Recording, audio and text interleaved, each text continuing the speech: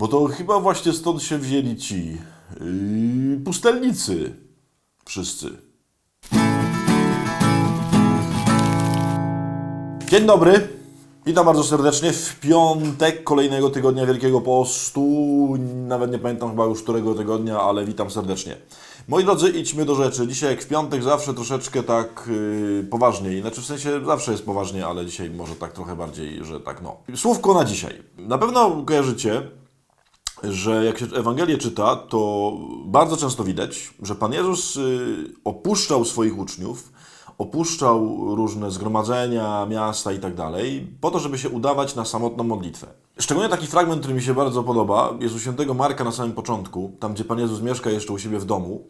Tam u niego się przewija 1000 ludzi przez dom, przynoszą chorych, tam Pan Jezus naucza i tak dalej. I napisane, że Jezus, jak wszyscy już poszli spać, pewnie późno siedzieli do nocy, no bo tam nauczał, uzdrawiał i ludzie byli bardzo zmęczeni, w sensie jego uczniowie, to on, mimo że był zmęczony, wstawał bardzo wcześnie rano i uciekał z tego domu, uciekał z miasta w ogóle i usuwał się na miejsca pustynne, co się po grecku oznacza dosłownie eremos, czyli miejsca puste. Stąd się właśnie wzięli eremici, czyli właśnie pustelnicy, którzy mieszkają na pustych miejscach.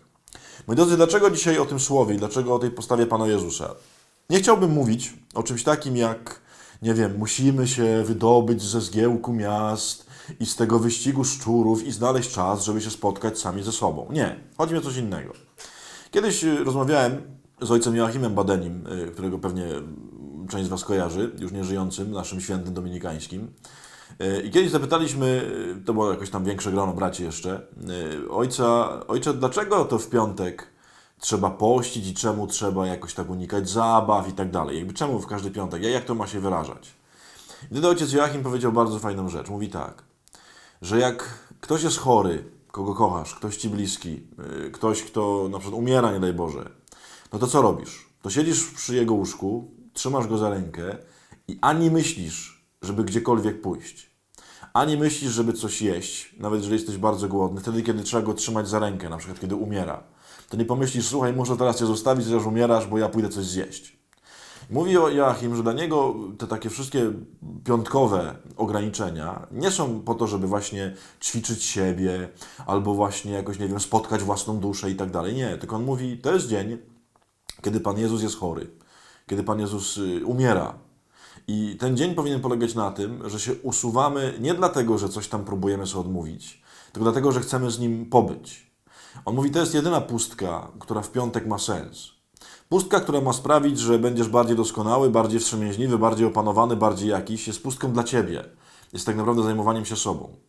Spróbuj dzisiaj, bo dzisiaj piątek, rzeczywiście usunąć się na miejsce pustynne. W sensie znajdź dzisiaj trochę czasu na jakąś samotność, na jakieś wyciszenie, na jakieś odejście od zgiełku, odejście od, nie wiem, pracy, uczenia, ludzi, relacji, no od całego Kafarnaum, tak jak Pan Jezus. Ale nie po to, żeby robić jakąś praktykę postną, żeby się doskonalić, żeby, nie wiem, szukać siebie i własnej doskonałości, tylko żeby pobyć z Panem Jezusem. To jest jedyny cel, który powinien nam przyświecać.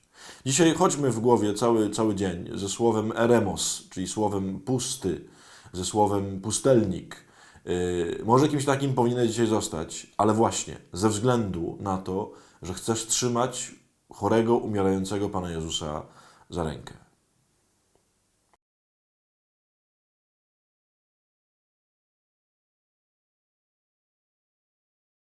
No. Gadał. 5 minut prawie gadał. Ale będzie good. Nie szkodzi. Nie szkodzi.